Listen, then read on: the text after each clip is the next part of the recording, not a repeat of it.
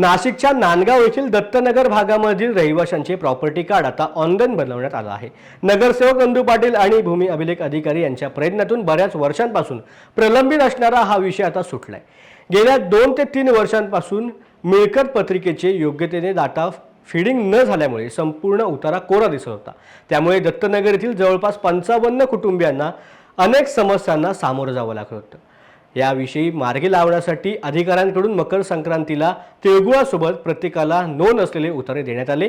दत्तनगर वासियांनी आनंद व्यक्त करत अधिकाऱ्यांचे आभार मानले। यावेळेला अधिकाऱ्यांकडून अर्ज कसा करावा, किती पैसे आणि कोणकोणती कागदपत्रे लागतील असं देखील प्रश्नांची उत्तरे देण्यात आली।